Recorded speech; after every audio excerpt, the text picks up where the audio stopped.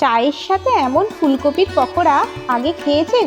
শুধু ব্যাটারের ছোট্ট কৌশল আর ফুলকপির পকোড়া হবে ফাটাফাটি। নমস্কার বন্ধু, আজকে আমি আপনাকে তৈরি করে দেখাবো ফুলকপির পকোড়া।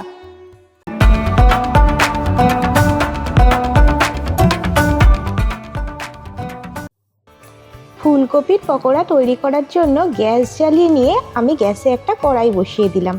কড়াইয়ে দেখুন আমি অনেকটা জল নিয়েছি, কারণ প্রথমে আমি ফুলকপিটা ভাপিয়ে নেব। এবার জলে অল্প একটু লবণ দিয়ে দিচ্ছি, কারণ ফুলকপির মধ্যে যদি কোনো পোকা থাকে এই লবণ দেওয়ার ফলে পোকাটা বেরিয়ে যাবে।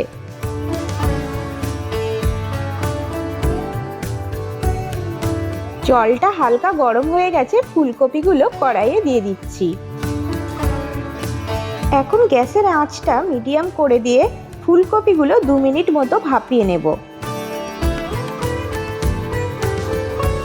ফুলকপিগুলো ভাপানো হয়ে গেছে, দেখুন জলের মধ্যে কোনো বুদবুদ নেই, অর্থাৎ হালকা গরম জলে আমি ফুলকপিগুলো ভাপিয়ে নিয়েছি। এখন একটা ছাঁকনির সাহায্যে ফুলকপিগুলোকে আমি জল থেকে ছেঁকে তুলে নেব, আর ফুলকপির মধ্যেকার জলটা আমি ভালো করে ঝরিয়ে নেব।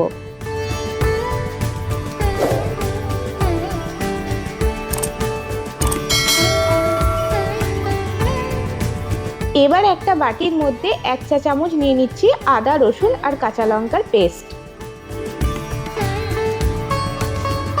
এতে নিচ্ছি 1/2 চা চামচ জিরের গুঁড়ো,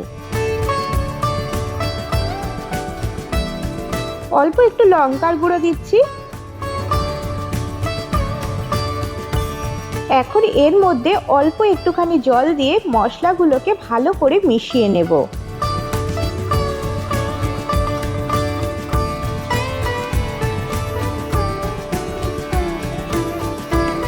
এখন এই মশলার মধ্যে দিয়ে দেব 2 টিস্পুন টমেটো সস।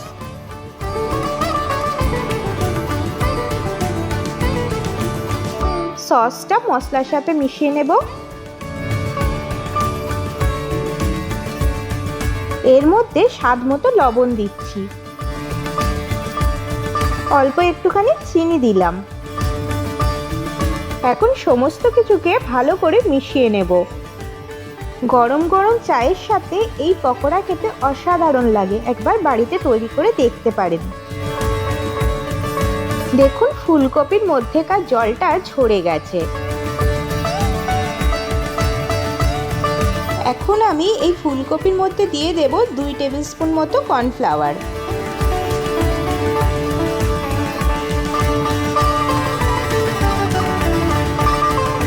কর্নফ্লাওয়ারটা ফুলকপির সাথে খুব ভালো করে মিশিয়ে নেব। বন্ধু, আপনি যদি আমার চ্যানেলের নতুন বন্ধু হয়ে থাকেন, এখনও পর্যন্ত আমার চ্যানেলটিকে যদি সাবস্ক্রাইব করে না থাকেন, তাহলে এই রকম নতুন নতুন রেসিপি পেতে আমার চ্যানেলটি সাবস্ক্রাইব করার অনুরোধ রাখলাম। পকোড়াটা যাতে মচমচে হয় এর মধ্যে আমি দিয়ে দিচ্ছি 2 টেবিল স্পুন চালের গুঁড়ি। এর মধ্যে 1/2 কাপ পরিমাণ বেসন দিচ্ছি।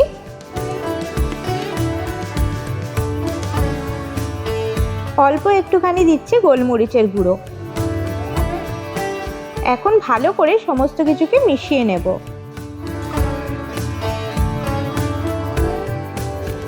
এবার অল্প অল্প করে জল দিয়ে ব্যাটারটা তৈরি করে নেব। ব্যাটারটাকে খুব ভালো করে ফেটাতে হবে।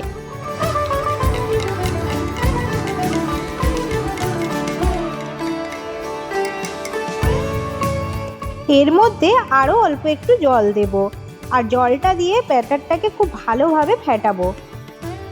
ব্যাটারটাকে খুব পাতলা করলে হবে না।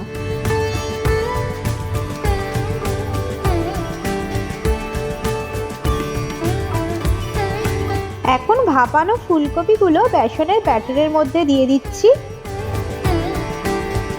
ফুলকপির মধ্যে বেসনের ব্যাটারটা খুব ভালো করে মাখিয়ে নেব।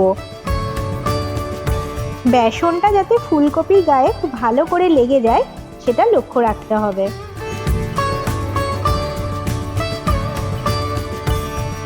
পকোড়াগুলো আরো মচমচে করার জন্য এর মধ্যে আমি আরো 1 টেবিল স্পুন কর্নফ্লাওয়ার দিচ্ছি। কর্নফ্লাওয়ারটা কপিগুলোর সাথে ভালো করে মাখিয়ে নেব।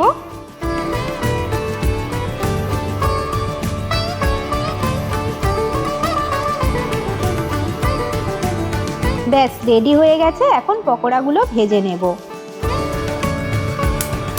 গ্যাস জ্বালিয়ে গ্যাসে একটা কড়াই বসিয়ে দেব।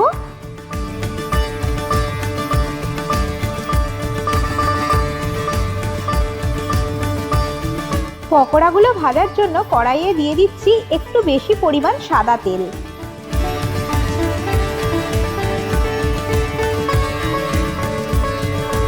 তেলটা গরম হয়ে গেছে। এখন গ্যাসের আঁচটাকে আমি মিডিয়াম করে দিয়েছি আর এক একটা করে ফুলকপির পিস আমি আস্তে আস্তে তেলের মধ্যে ছেড়ে দিচ্ছি।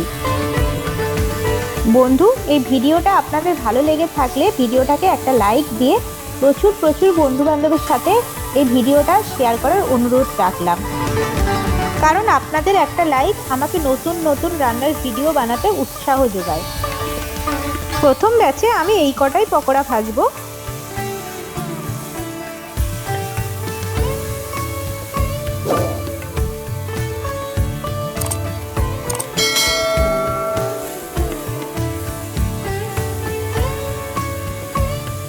পকোড়াগুলোর একটা পিঠ ভাজা হয়ে গেছে। পকোড়াগুলো আমি উল্টে দিচ্ছি যাতে পকোড়াগুলোর আর একটা পিঠ ভালো করে ভাজা হয়।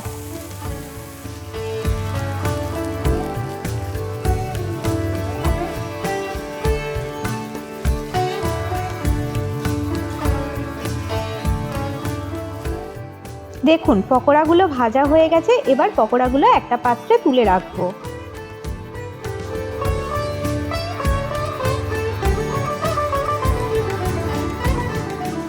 ছান্তার সাহায্যে তেল ঝরিয়ে পকোড়াগুলো আমি একটা পাত্রে তুলে রাখবো।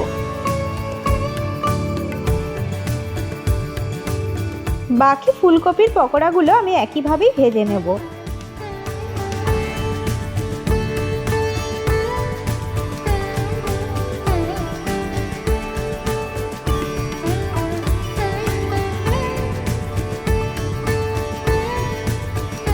ফুলকপির পকোড়ার রেসিপি আপনার কেমন লাগলো আমাকে অবশ্যই কমেন্ট করে জানাবেন।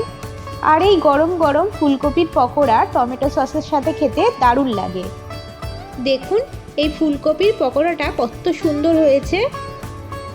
খুব শীঘ্রই ফিরে আসবো নতুন একটা রেসিপির ভিডিও নিয়ে। নমস্কার।